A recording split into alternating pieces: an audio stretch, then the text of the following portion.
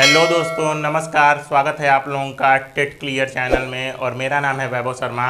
तो दोस्तों, आज से हम लोग यूपी टेट के भी कुछ क्वेश्चन को देखेंगे।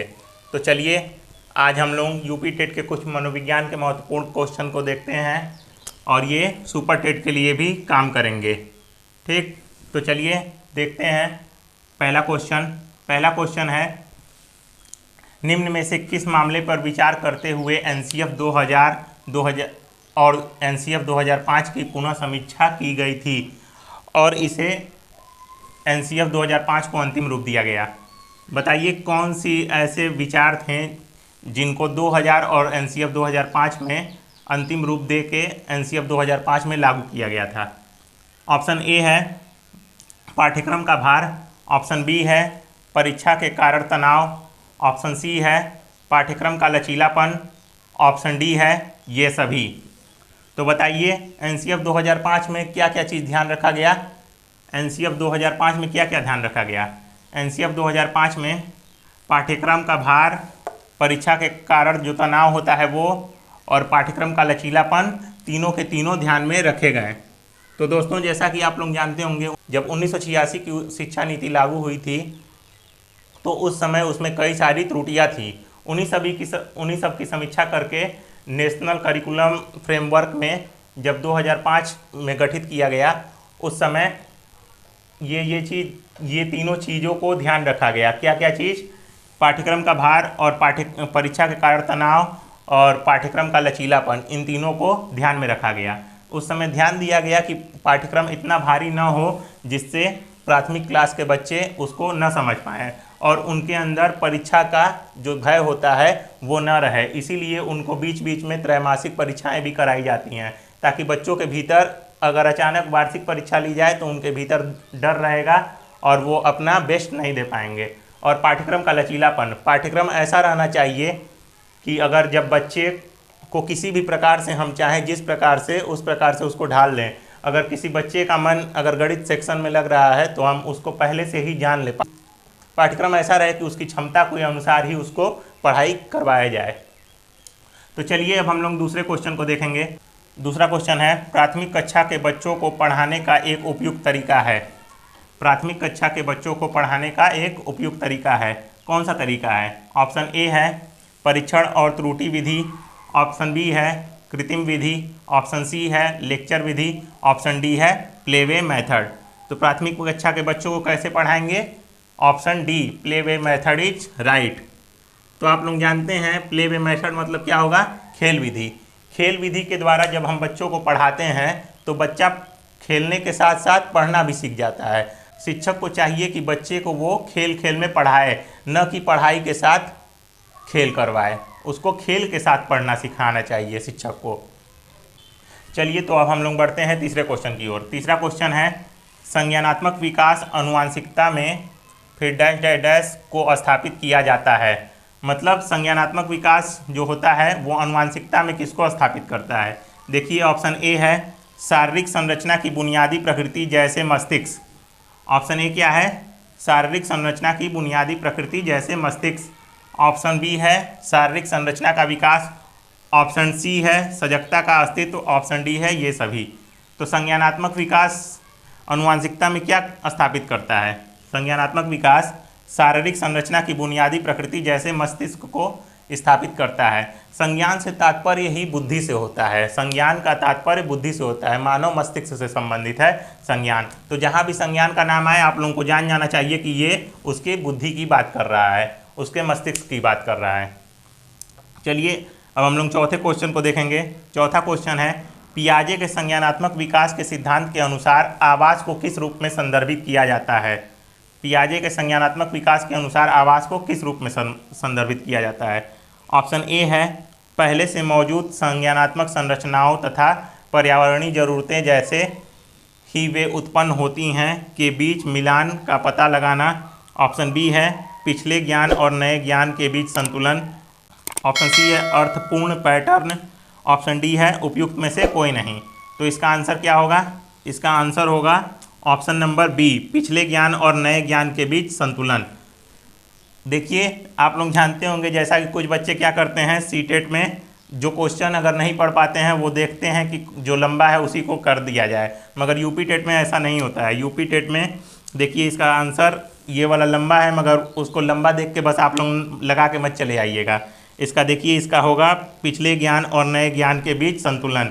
पियाजे ने क्या बताया था? पियाजे ने बताया था कि बच्चा जो होता है वो पहले जो जो अवधारणाएं अपने मन में विचार में पाल लेता है उसमें कुछ न कुछ संशोधन करता रहता है। आप लोग स्कीमा के बारे में भी जानते होंगे, जो कि छोटे छोटे बंडल के रूप में व्यक्ति के मस्तिष्क में रहते हैं।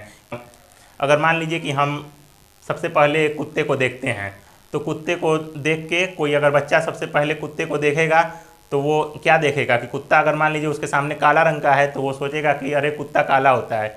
अगर मान लीजिए कि वही एक दिन बाद वो सफ़ेद रंग का कुत्ता देखा तो वो अपने स्कीमा में क्या करेगा? संशोधन करेगा। फिर वो जानेगा कि नहीं, कुत्ता काला नहीं सफ़ेद भी होता है। तो फिर इस तरह धीरे धीरे वो जान जाएगा कि कुत्ता केवल काले रंग का नहीं होता है, काला और सफ़ेद बहुत होता है। तो चलिए अब हम लोग बढ़ते हैं 5वें क्वेश्चन की ओर।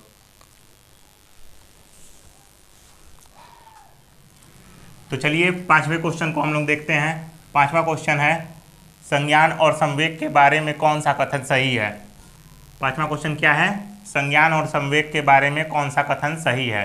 ऑप्शन ए है, संज्ञान और संवेग परस्पर जुड़े हुए हैं और एक दूसरे को प्रभावित करते हैं। ऑप्शन बी है, संज्ञान और संवेग ऑप्शन बी है, संज्ञान और संवेग आपस में स्वतंत्र हैं। ऑप्शन सी है, ए और बी दोनों। ऑप्शन डी है, इनमें से कोई नहीं। तो बताइए क्या होगा? संज्ञान और संवेग के लिए कौन सा कथन सही है? ऑप्शन ए, संज्ञान और संवेग परस्पर जुड़े हुए हैं और एक दूसरे को प्रभावित करते हैं, यही वाला ऑप्शन सही होगा। देखिए, संज्ञान आपके बुद्धि से जुड़ा हुआ होता है और संवेग आपकी जो भावनाएं होती हैं, इमोशंस जो होते हैं वो होता है। तो संज्ञान आप जानते हैं कि हमारे अंदर जो भी कुछ भाव आता है वो सभी विचार आपकी बुद्धि से जुड़े हुए होते हैं और एक दूसरे को प्रभावित भी करते हैं। अगर आपके मन में अगर मान लीजिए कि आपको किसी चीज़ को लेके बहुत ज़्यादा खुशी है तो उस समय आपके मस्तिष्क को यह संकेत जाएगा कि आपको खुश होना है, तभी आप बाहर से दिखा सकते हैं कि आप खुश हैं। नहीं तो अगर वो मस्तिष्क को आपका खुशी का भाव न मिले तो आप उसको दर्शा नहीं सकते हैं कि आप खुश हैं। ठीक, तो चलिए अब हम लोग देखते हैं 6वें नंबर क्वेश्चन की। 6वां क्वेश्चन है, आंतरिक रूप से अभिप्रेरित विद्यार्थी के लिए आंतरिक रूप से अभिप्रेरित विद्यार्थी कैसा होता है? देखिए, ऑप्शन ए है, पुरस्कार की बिल्कुल भी आवश्यकता नहीं होती। ऑप्शन बी है, बाह्य कारक की आवश्यकता होती है। ऑप्शन सी है, इसका बाह्य रूप से अभिप्रेरित से अभिप्रेरणा कम होगा। ऑप्शन डी है, ये सभी। अगर आपको मान लीजिए कोई क्वेश्चन ना आ रहा हो तो आप देखिए कि कौन कौन सा इसका आंसर नहीं हो सकता है। तो देखिए, लिखा है बाह्य कारक की आवश्यकता होती है। यहाँ पूछा है आंतरिक रूप से अभिप्रेरित छात्र है तो उसको बाह्य कारक की आवश्यकता होगी नहीं, तो ये वाला तो ऐसे ही गलत हो गया। अब इसके बाद देखिए, ये सभी है, ये सभी तो होगा नहीं क्योंकि ये गलत है, तो ये सभी भी नहीं होगा। अब देखिए क्या लिखा है, इसका बाह्य रूप से अभिप्रेरित से कम अभिप्रेरणा होता है। जो आंतरिक रूप से अभिप्रेरित छात्र होगा हमेशा उसका बाह्य रूप से अभिप्रेरित छात्र की तुलना में अभिप्रेरणा स्तर अधिक होगा। यहाँ पे कम होता है लिखा है, तो ये भी क्वेश्चन गलत है। तो आपको साफ जाहिर होता है कि पुरस्कार की बिल्कुल आवश्यकता नहीं होती है। Option A is right. क्यों? क्योंकि देखिए, अगर कोई भी आंतरिक रूप से अभिप्रेरित छात्र है, अगर मान लीजिए कि कोई बच्चा आंतरिक रूप से है कि नहीं हमको पढ़ना है, हमको पढ़ के कुछ बनना है, तो उसको आप इनाम देंगे तभी ही वो आगे नहीं बढ़ेगा। उसको बिना इनाम के ही वो बच्चा हो सकता है आगे बढ़ जाए। और अगर उसको बाह्य कारक की आवश्यकता है, अगर मान लीजिए किसी बच्चे को आप लालच दे के बस पढ़ा रहे हैं कि बेटा ये काम करो तुमको ये चीज़ मिलेगा, तो वो इसका मतलब आंतरिक रूप से अभिप्रेरित नहीं है और वो आगे चल के अपने से कुछ पढ़े, ये संभव नहीं है। तो इसीलिए बच्चे को आंतरिक रूप से अभिप्रेरित रहना चाहिए। शिक्षक को भी यही सिखाना चाहिए कि कैसे बच्चों को आंतरिक रूप से अभिप्रेरित किया जा सके। चलिए अब हम लोग देखते हैं 7वें नंबर क्वेश्चन को। 7वां नंबर क्वेश्चन है, सूक्ष्म शिक्षण का उद्देश्य है। ऑप्शन ए है, बेहतर समझ के लिए पाठ को छोटे हिस्सों में बांटना। ऑप्शन बी है, मूक बधिर बच्चों को पढ़ाने के लिए। ऑप्शन सी है, प्रशिक्षु द्वारा ली गई कक्षाओं का विश्लेषण और प्रतिपुष्टि पाना। ठीक, ऑप्शन डी है, ये सभी। तो क्या होगा इसका आंसर? देखिए, इसको भी उसी तरह आप देख सकते हैं। मूक बधिर बच्चों के लिए सूक्ष्म शिक्षण होता है नहीं, एकदम नहीं होता है, तो ये वाला तो आंसर होगा ही नहीं। और ये देखिए उसके बाद क्या है, प्रशिक्षु द्वारा ली गई कक्षाओं का विश्लेषण एवं प्रतिपुष्टि पाना, तो यही इसका सही आंसर है। इसमें लिखा है बेहतर समझ के लिए पाठ को छोटे हिस्सों में बांटना। पाठ को छोटे हिस्सों में सूक्ष्म शिक्षण में नहीं बांटा जाता है। सूक्ष्म शिक्षण आप लोगों ने माइक्रो टीचिंग किया होगा, डीएलएड या बीएड किया होगा, तो वही होता है। उसमें क्या किया जाता है, उसमें कुछ बच्चे होते हैं और आप लोगों को उनके सामने जाके पढ़ाना होता है और वे बच्चे अपना फीडबैक देते हैं, प्रतिपुष्टि लिखा है ना, और आप लोगों का विश्लेषण करते हैं कि आप लोगों ने कैसा कैसा कार्य किया है, क्या जाके आप अच्छे से खड़े थे, आपका व्यवहार कैसा था, आपके पढ़ाने का तरीका कैसा था, यही सब माइक्रो टीचिंग के अंतर्गत किया जाता है। तो इसका आंसर सही होगा ऑप्शन नंबर सी। चलिए अब हम लोग बढ़ते हैं क्वेश्चन नंबर 8 की ओर। क्वेश्चन नंबर 8 है, अन्वेषण सबसे महत्वपूर्ण होता है, डैश है आगे, आरंभिक बाल्यावस्था में, ऑप्शन ए, ऑप्शन बी है किशोरावस्था, ऑप्शन सी है शैशवावस्था, ऑप्शन डी है वृद्धावस्था। तो अन्वेषण सबसे महत्वपूर्ण कब होता है, ऑप्शन ए, आरंभिक बाल्यावस्था में अन्वेषण सबसे महत्वपूर्ण होता है। क्यों, देखिए जब आप लोगों ने देखा होगा कि जब पूर्व बाल्यावस्था रहती है या आरंभिक बाल्यावस्था रहती है तो बच्चे दिन भर देखते होंगे, आप लोगों के घर में भी होंगे, तो वो क्या करते रहते हैं, हमेशा कुछ न कुछ चीज़ के बारे में जिज्ञासु रहते हैं कि ये चीज़ फलाना चीज़ कैसे हुआ। अब आपसे पूछते रहते हैं कि तारा इतना दूर क्यों है, चांद दूर है कि सूर्य दूर है, ऐसे ऐसे क्वेश्चन करते रहते हैं। ये कौन करते हैं, आरंभिक बाल्यावस्था के बच्चे ज़्यादा करते हैं। अर्थात अन्वेषण सबसे ज़्यादा महत्वपूर्ण किस में होता है, आरंभिक बाल्यावस्था में।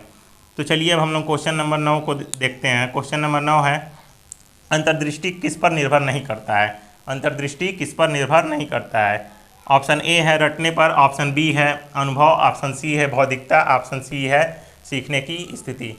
तो आप लोग देखेंगे ऑप्शन ए है रटने पर। तो रटने पर जहाँ आ गया, आप लोग जानते हैं अंतर्दृष्टि के बारे में यहाँ पूछ रहा है और रटना तो एनसीएफ के अनुसार मना ही है, तो रटना इसका नहीं होगा, यहाँ पे नहीं पूछा है, तो इसका होगा रटने पर, option A is right.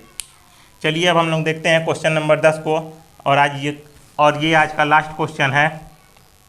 Question number 10 देखिए, बच्चों को नन्हे वैज्ञानिक किसने बताया है, बच्चों को नन्हे वैज्ञानिक किसने बताया। तो बताइए बच्चों को किसने नन्हे वैज्ञानिक कहा, बच्चों को कहा, ऑप्शन ए है वाइगोत्स्की, ऑप्शन बी है पियाजे, ऑप्शन सी है कोहलर, ऑप्शन डी है हर्लाक। तो ऑप्शन बी इज राइट, पियाजे ने बच्चों को नन्हे वैज्ञानिक बताया। तो चलिए दोस्तों, उम्मीद है आप लोगों को वीडियो पसंद आया होगा। अगर पसंद आए तो लाइक करें और चैनल को सब्सक्राइब करें और अपने दोस्तों तक शेयर भी करें। तो मिलते हैं नेक्स्ट वीडियो में।